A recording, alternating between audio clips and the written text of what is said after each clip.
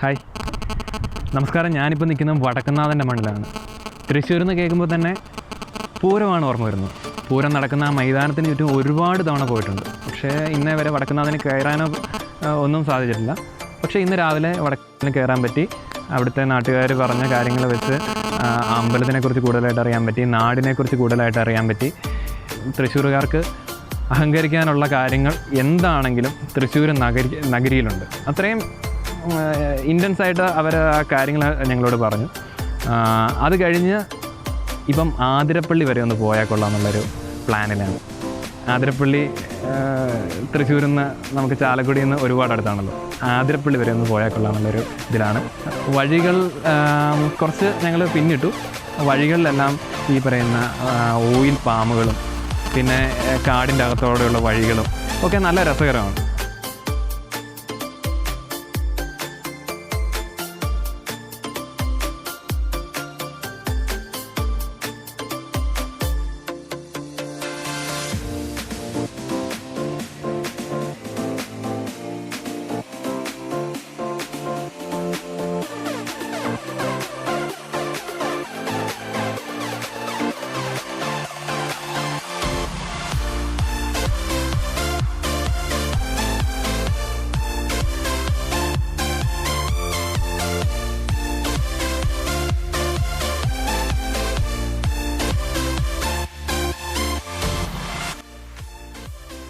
ആതിരപ്പള്ളിനെക്കുറിച്ചും ചാലക്കുടിയെക്കുറിച്ചും നമുക്ക് കൂടുതലായിട്ടൊന്നും പറയേണ്ടതില്ല. നമുക്ക് കൃത്യമായിട്ട് അറിയാം. നമ്മുടെ ചാലക്കുടി പുഴ ഉത്ഭവിക്കുന്നത് ആനമലയിൽ നിന്നാണ്. ആനമലയിൽ നിന്ന് 145 കിലോമീറ്ററോളം ട്രാവൽ ചെയ്ത് സ്വതസിദ്ധമായ ശാന്ത സ്വരൂപമായിട്ടാണ് ഇത് ഈ പറയുന്ന 145 കിലോമീറ്ററിൽ 140 കിലോമീറ്ററോളം ട്രാവൽ ചെയ്യുന്നത്.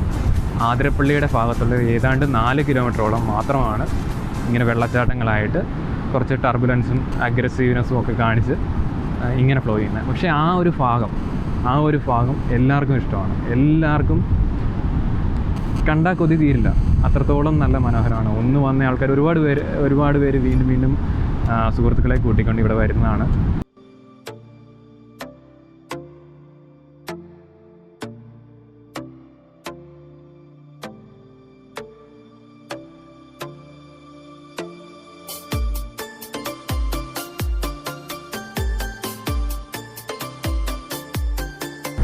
വെള്ളച്ചാട്ടത്തിൻ്റെ താഴേക്കുള്ള വഴിയാണ്. ചെറിയ വഴിയാണ്. സൈഡ് മൊത്തം മുള കൊണ്ട് നല്ല സേഫായിട്ട് ആരും താഴെ പോരാതിരിക്കാൻ വേണ്ടിയൊക്കെ കെട്ടിവെച്ചിട്ടുണ്ട്.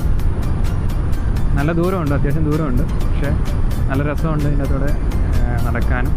പിന്നെ നിലത്തൊക്കെ പാറ പാകിയിട്ടുണ്ട്, കല്ല് പാകിയിട്ടുണ്ട്. പിന്നെ എന്നാ പറയുക, കാടിൻ്റെ ആ ഭാഗങ്ങളൊക്കെ ആയതുകൊണ്ട് നല്ല ഡാർക്ക് മൂഡൊക്കെ ഉണ്ട്.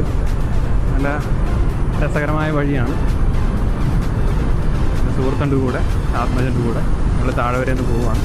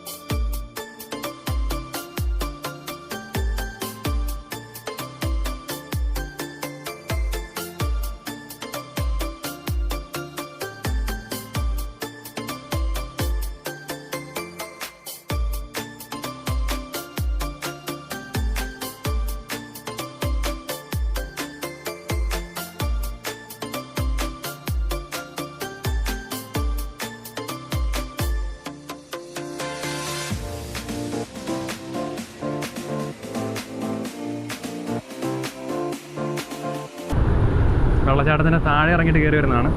മൊത്തം നനഞ്ഞു, ജാക്കറ്റിൻ്റെ അകത്തും വെള്ളം കയറി. എങ്കിലും ആ വെള്ളം ഇങ്ങനെ മുഖത്തേക്കൊക്കെ അടിക്കുന്ന ആ ഫീല് ഒത്തിരി ഫോട്ടോ ഒന്നും എടുക്കാനോ വീഡിയോ എടുക്കാനോ പറ്റിയില്ല. കാരണം വെള്ളം ക്യാമറ വേണ്ടിയിട്ട് ഒന്നും കാണാൻ മേല. അതുപോലെ ക്യാമറയ്ക്കകത്ത് വെള്ളം പോകും. അതുകൊണ്ട് ഒരുപാട് വീഡിയോ ഒന്നും എടുക്കാൻ പറ്റിയില്ല.